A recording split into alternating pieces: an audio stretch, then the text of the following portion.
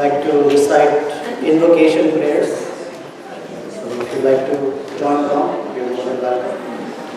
Om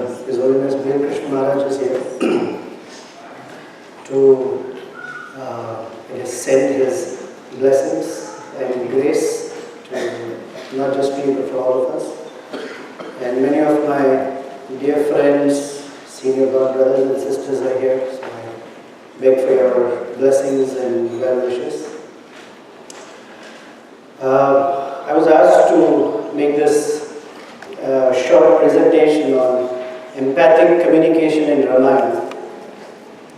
For a couple of weeks, I just didn't know what to say. And then after that, I didn't know where to stop.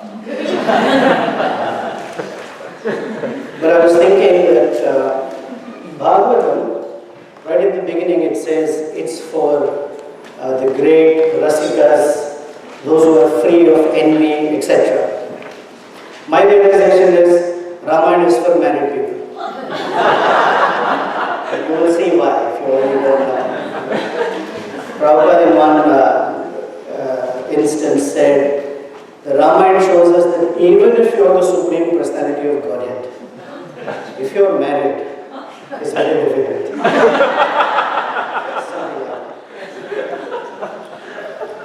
So this is from one married person to another married. So that's the empathy.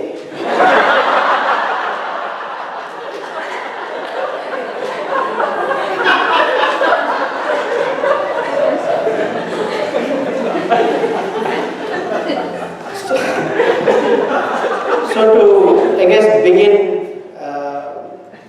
where we should take inspiration from for empathic communication, we'll set the scene.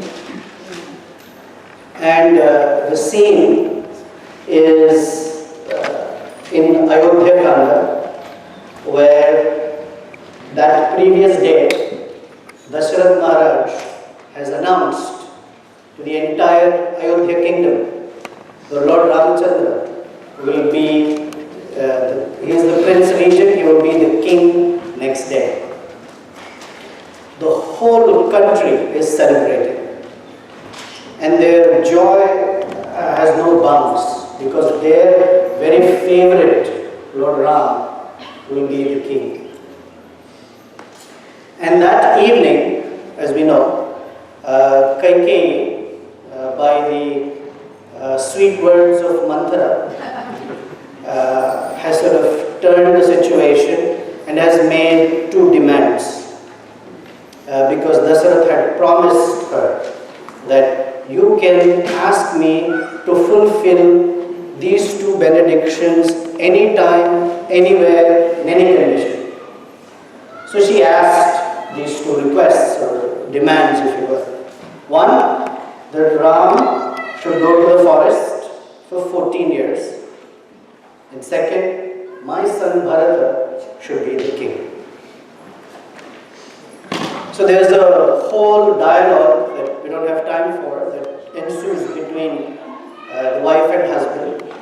And I don't need to repeat because every wife and husband have that dialogue. It's just, what's the point? Right? So anyway, Lord Ram is invited by Dasarath to give him the bad news. So earlier in the day, when Sumantra, his minister, brings Lord Ramachandra to give the news that he will be the king tomorrow, it is described that Lord Ramachandra was walking into the palace with a very, very happy countenance and a sweet smile on his face. And then he returns to prepare for the next day's ceremony. And then when Dasharatha invites him back late in the evening, Lord Ram goes back and saying he's anticipating what else would my father like me to do. With that anticipation and smile on his face, he walks in. And he said when he hears this news that he has to go to the forest and Bharata will be the king, it's described that he walked out with the same countenance and the same sweet smile on his face. Even his eyelid did not twitch a little bit. His eyes, his pupils did not dilate to take in the shock of how Dasharatha can change his word just like that. It actually did not matter to him at all. He was very happy and he walked out. And he shares the news with his mother Kausalya, he shares the news with his brother Lakshmana, and of course with Sita. So that's sort of the setting. However, different persons who are very close to Lord Ramachandra take the news in a very different way. And the person who takes it, I guess the worst in one sense, is Lakshmana. So Valmiki describes that Lakshmana was so angry that he was hissing like a snake. And he had drawn his sword and said, this Dasarath, whom he never addressed like that, this Dasarath, because of his weakness for a woman, has turned and changed the fate of entire Ayodhya, that I am willing to imprison him. And if he interferes, then I will kill him. Because how dare he not crown you the king? So it's at this point, when that dialogue between Lord Ramachandra and Lakshmana is going on, and Lakshmana is very, very angry and would not listen to any argument, Lord Ramachandra quotes this verse. So if you like, you can repeat or read it. It says, Nigruhya rosham shokam cha. Or you can repeat, Nigruhya rosham shokam cha. Dhairyam ashritya kevalam. Avatmanam virasya kevalam. Grihitva harsham uttamam. This is the instruction Lord Ramachandra gives. This is in Ayodhya Kanda chapter 22, verse number 3. So, to understand the context of this verse, there is a very important word that appears in the Ramayana. It's called Yadrichaya. Now, those of us who are followers of Srila Prabhupada's teachings, this word we hear in Vishwanath Chakravarti Thakur's explanation of how bhakti begins. The word generally we understand it as Yadrichaya, means somehow or the other. Those who comment on the Valmiki Ramayana, they explain that the word Yad Ichchaya actually is made of two words, Yad and Ichchaya, by whose desire. By whose desire, not in a question, but by whose desire means by Krishna or Lord Ramachandra's desire. In common language we say providence. And this word, Yadrichaya, appears only 6 times in the Ramayana. And all those 6 times is when there are very significant changes or reverses in the storyline of the Ramayana.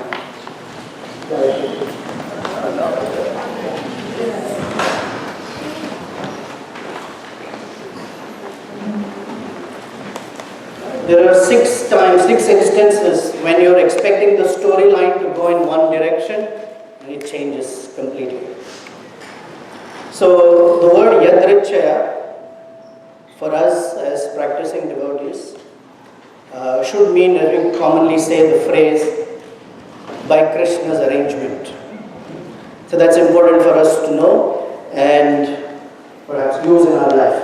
So with that in mind, Lord Ramachandra is basically asking Lakshmana to let go of 3 things and to hold on to 3 things. And the word letting go is here. Nigruhya. Grahana means to hold. Or Nigruhya means to let go. And then the word Grihitva means to hold on to. Okay, so there are 3 things. Now, I've tried to use some language that is in line with what Maharaj is walking us through.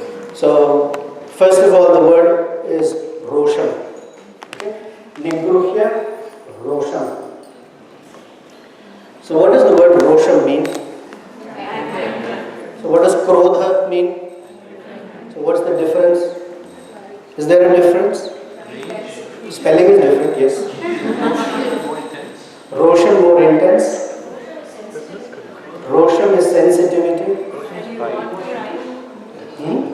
Pride, no. Abraham. Short-term ferocious. My appreciation of the word Rosham is when you are in a situation and something happens that you don't like, that initial burst of anger that comes is Rosham. Krodha is something that you sustain over time. That immediate impulse is called Rosham. It just springs out. So he says, Nigruhya Rosham. And the next word we all know. Shokam. Shokam is lamentation. Okay. And then there is a third one. What is the third word that one should remember? Very good. It's in the third line. Avamanam. Manam, we know, respect. Avamanam, disrespect or insult. So primarily, these 3 things block our ability to be empathic, or to say it the other way, these 3 fuel apathy in us. A sense of anger, or a sense of something that I'm entitled to, or I deserve, that I am qualified for, doesn't come to me. That's why. Rosham. Shokam is lamentation and avamana. Another way to look at it is these 3 generally also sort of align with the 3 phases of time. Shoka has to do with past, right? Where Krishna says in Bhagavad Gita, Na shochati kamkshati.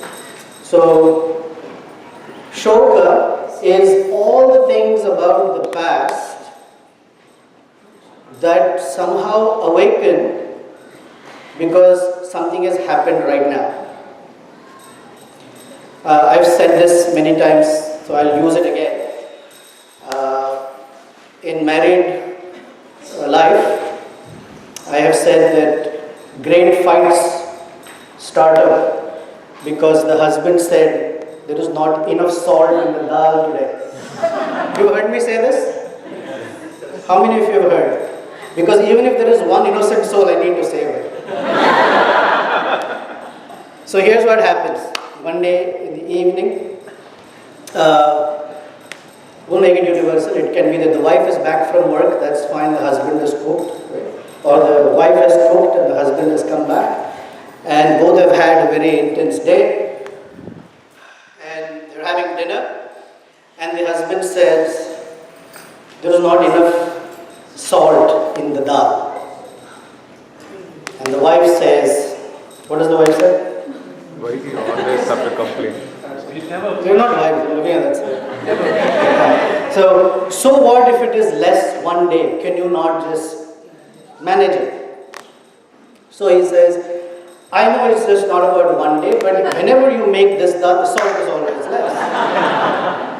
And then she says, oh, why are you complaining? I do so much, you never appreciate that. Only when there is salt that is not enough, that's when you notice. And the husband says, why are you so defensive? I'm not saying anything about you. I'm just saying there's not enough salt. But why can't you cook one thing properly? I come back tired and everything. And then the wife says something like, this is it. None of you can appreciate. Even in our marriage was 20 years ago, your father did not appreciate what my father did. The husband says, don't talk about my father, because if I start telling about all the things your father did. So, little bit of salt can open up things that I've been sitting and lamenting for years in the background. Okay, so that's shokam. Then avamanam, although it is insult at this point, it has to do something for future. It gives a sense of how will my life be or not be because I am insulted right now. That is why Kshatriyas never like to be insulted, because it sort of casts a spell over their entire future. So these three things, they block empathy or they make us apathetic. So then Lord Ramachandra asks Lakshmana to hold on to three things. We'll go back to that. Dhairyam, Ashritya, Kevalam. So whenever you hear the word Kevalam, that's an indicator that there is exclusivity. There are no choices. He's being very strong to hold on to. First is Dhairyam. Since we have studied Prabhupada's books, we know what Dhairyam means. Dhairyam is sobriety. Think about it with a cool head or a calm mind. And for us to be able to do so, thank you. This torture is being definitely hit by that one. Satyasara, it's a little too noisy for me. Is that okay? Yes. What's the right way to do it? What are their needs for some fresh air? Should we keep it on? No, because they can't hear if that thing goes on. That's a blessing, no? Then they can sleep. So Dhairyam. But before Dhairyam, a very important thing is the sense of providential intervention, or the big picture, if you will. Very commonly, we tend to forget the big picture. As what's the saying? You're so much in the weeds that you can't see you're so much in the trees that you can't see the forest.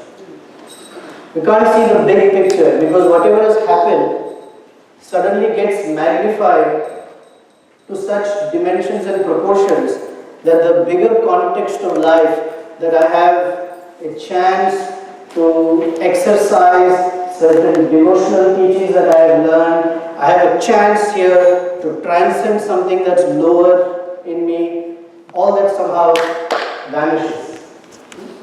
So it's important, and that's what Lord Ramachandra is asking Lakshmana to do. Think of the big picture, providence. The issue, I will digress a little bit. Between Lord Ram and Lakshmana, there are about 8 pages of argument where Lakshmana on this side says, how can you be so passive and call everything providence and not take any action? And Lord Ramachandra on this side says, accepting what providence has brought about is not passivity. One should think about, we use the word strategy, one should think about how to traverse life when providence brings in front of you things that you have not expected. So one of the ways the word yadrichaya is understood is something that comes to you when you were not expecting it at all. It's a surprise that Krishna brings to us. For example, when Haridas Thakur was chanting in his bhajan kutir, a prostitute showed up. So that is Yadrachaya. But it doesn't mean that Haridas Thakur said, oh, Krishna sent a prostitute today. Mahaprasad, it's not like that. It is when such situations arise, the devotee is challenged to find out how best can I please Krishna, how best can I maintain or enhance or strengthen my connection with Krishna. That's sort of the big picture always. And in that, there is the sense of sobriety, to think carefully, to feel some strength and connection with the disciplic succession. And the final one, which is for me the most inspiring one, is that word Harsham Uttamam. So Harsham Uttamam means unexcelled happiness. Happiness or ecstasy of the greatest kind. So what is the ecstasy of the greatest kind in a difficulty? Lord Ram says that is the privilege of being of service.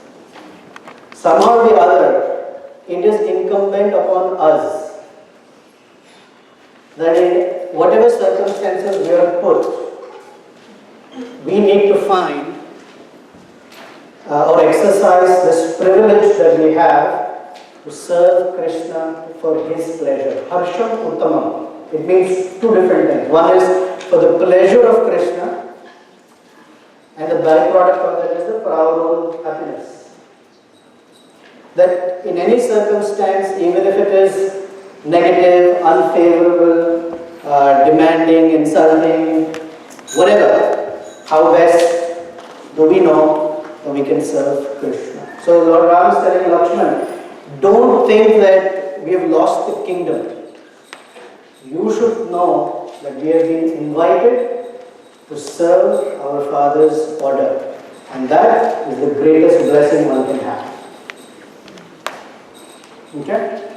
So one of the things I was reading that Maharaj in his book and in the handouts was, there are 4 D's that block compassion. Do you remember what they are? The first one? Diagnosis. So Lakshmana was diagnosing because of weakness for a woman, because there is no spine. He cannot stand up to say no. Henpecked. Those are the words he uses. Second, D is denial of responsibility. Now that's a little difficult to exactly pin down, but the denial of responsibility, the way Lord Ramachandra treats is that far beyond anything, the responsibility is to carry out the order of the superior. And we cannot deny that opportunity. Third one, demand. Deserve, demanding, okay. Demand and deserve. Demanding, Lakshmana was demanding. You should be the king. You are rightfully qualified. In fact, it was even announced. Many people have this question. And one of the answers is, what Dasharatha Maharaj announced is a decision that is reversible. But a promise that was given, if broken, is irreversible. And Lord Ramachandra wants to preserve his father's integrity and prestige as a person who is always truthful. Because that's the Ikshvaku line. You cannot go back on your word. Decisions you can change, but promises you cannot break. So any questions, thoughts, comments? I want to share a few other instances where, from what we heard Friday night, Maharaj speaking about Prabhupada's compassion, I wanted to sort of share Lord Ramachandra's compassion to other living beings. Any thoughts before we get there?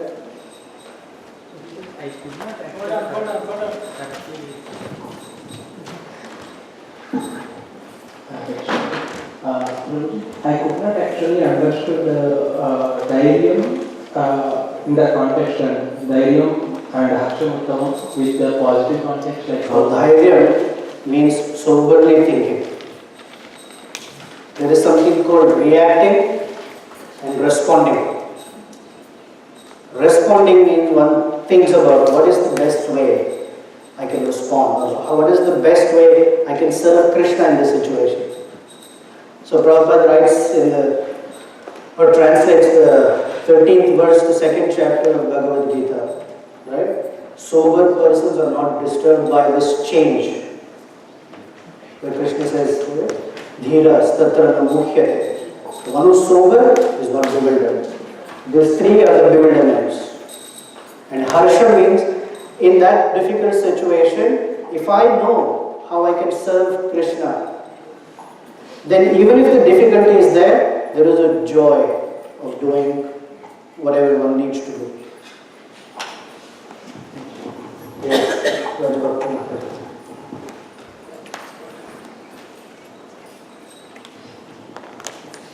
When we look at this pastime of Ramayana, where Lord Rama was exiled, it was all done by Kaikeyi asking for those 2 wounds.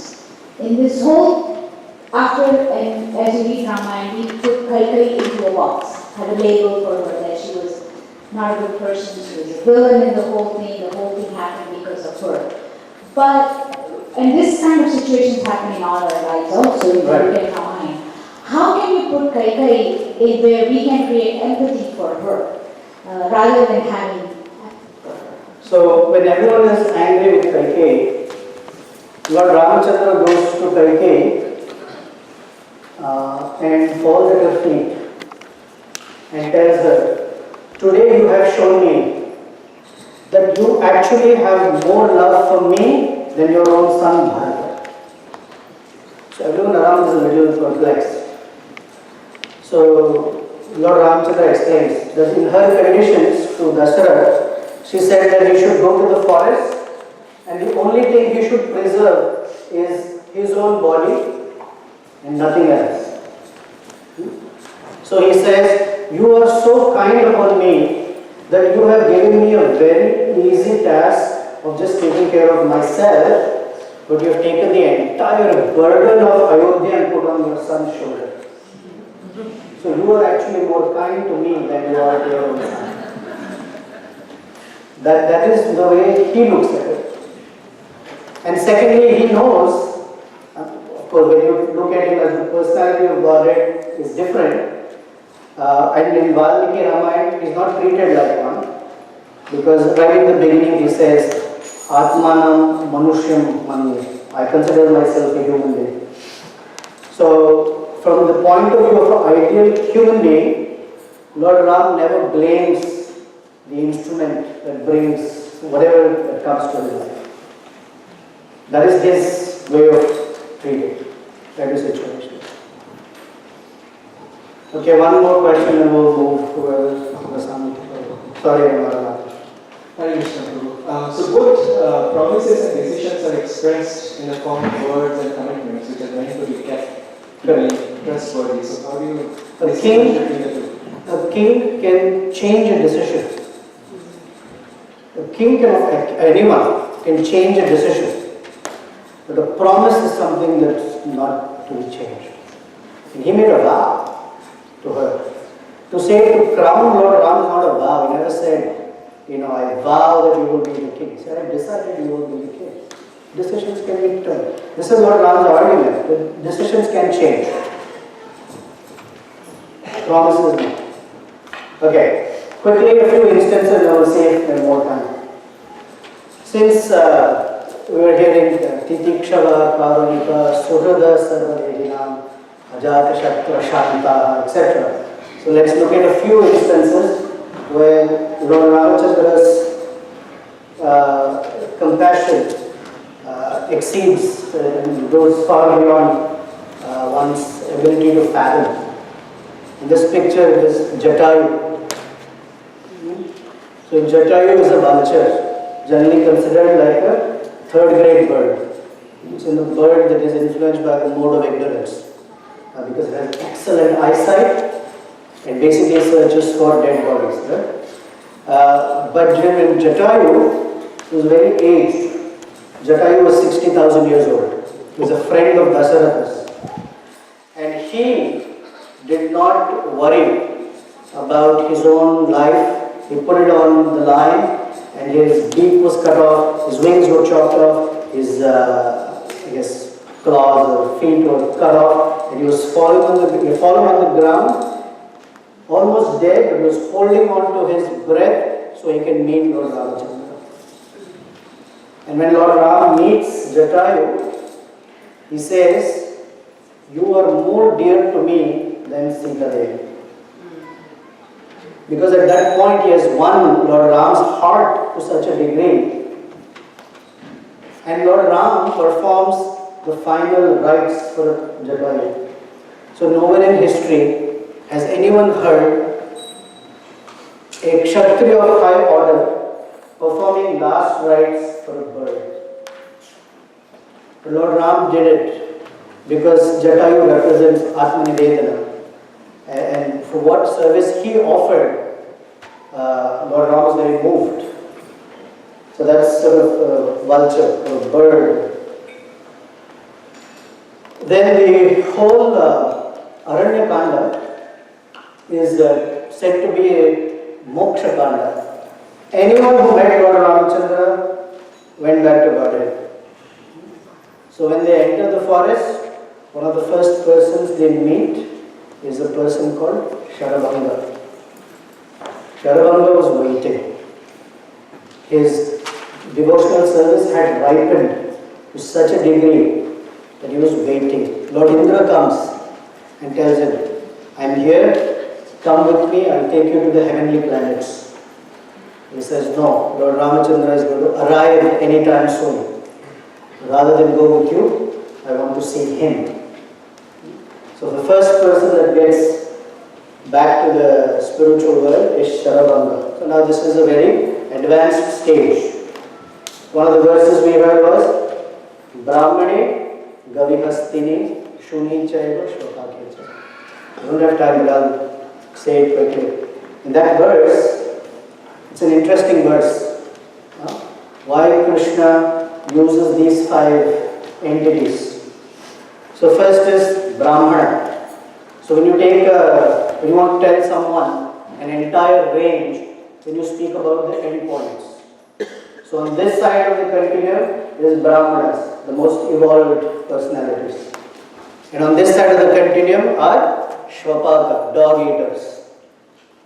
So Pandita is equal in vision to these two and anyone in between. And same with that, Brahmani, Gavi, Hastini and Shuni. Cow, elephant and dog. Cows, of course, we know the value. Elephants are animals of labor and help, and dog generally considered mochi. So anyway, the entire range there. After Sutikshana, the next one is a demon. by the name Viradha. Now if we had time, we could speak for about 45 minutes because Viradha is holding a spear with lions and elephants and deer all poked into his spear, and they all these have meanings. But anyway, Viradha means that personality who is anti-devotional service or is unable to express bhakti or affection, Viradha, against devotion. Even that person was liberated. Next is Guha. So Guha comes earlier. But Guha was a tribal, not an evolved person. In fact, there are some stories that in his childhood, Guha was such a child that if his mother did not listen to what he wanted, he would draw his sword and threaten to kill her. That is the kind of person who made such friendship with Lord Ramachandra. Because of Ramachandra's ability to reach out and connect with anyone and everyone. The next picture right in the middle is Sugriva. Sugriva is a monkey. And Lord Ramachandra made friendship with him. One of the things about a monkey is that they tend to be selfish. And so even though he promised to help Lord Ramachandra, and Lord Ramachandra helped him, he forgot his promise. And Ram waited in a cave for the entire Chaturmasya to be over, hoping, he will do what he needs to do. He needed a little sauce from Lakshmana before And the final one is Vibhishana. He's a Rakshasa. Okay? Born in a Rakshasa family. He was also given shelter. In fact, it is said that Lord Ram did not have 3 brothers. He had 6 brothers. Of course, Lakshmana, Bharata and Shatrugna. But he considered Sugriva, Guha and Vibhishana as his own brothers. I hope you appreciate, of course I'm zooming through it, I hope you don't mind. Then the sage called Sutikshana. Sutikshana is an advanced yogi. And he also gets delivered by Lord Ramachandra's visit. Maharaj mentioned Kabandha. Kabandha. Bandha means bound up. Kabandha. Ka stands for the body. Kaya. One who is bound up in his body to such a degree that he only thinks about one thing. Grabbing and eating. That's it. That's the only activity. That's why he had long arms and a huge belly and a mouth in the belly. And that's it. That was Kabandha. He was also relieved from his condition by Lord Ramachandra. Now one person that I did not include, which is a very important character. You want to guess? So woman. Shabari will come later. Before. Ahalya. The word hal means contamination. And Ahalya is one who doesn't have any contamination. But her story is that she was cursed. Now many people say she was cursed to be a stone. So that's not correct. Stone is visible. She was cursed to be unseen by anybody for a very, very long time. Can you imagine for a moment? One of the issues we've been dealing with is not being seen by our parents, not being acknowledged. She was cursed to be not seen at all by anyone. Imagine in a room, people are walking by, it's your house, they don't see you at all. How do you? Since she was in that condition. And as soon as Lord Ramachandra stepped into the ashram, she became visible again. That is his purifying her. Finally, Shabari. Shabari, the word means what? Who was Lord Jagannath's main, Neelamadhava? Lord Neelamadhava's main caretakers, the Shabaras. What do Shabaros do? They're called pig handlers. They take care of, so they're all from Iowa. Well, pig handlers. Shabari is in that, I guess, lineage. However, when she met Lord Ramachandra, she also went back. Although there's a little distinction in her liberation and everyone else's, that's for another time. But she was also liberated. So we can see the entire range of people, sages, animals, birds, rakshasas, all touched by Lord Ramachandra's grace and compassion. And each person that he met, he said some things that were very beneficial to them and I guess ultimately liberated them. That's it. So quick review. That's all I can do in 45 minutes. Quick review. What are the 3 things to let go of?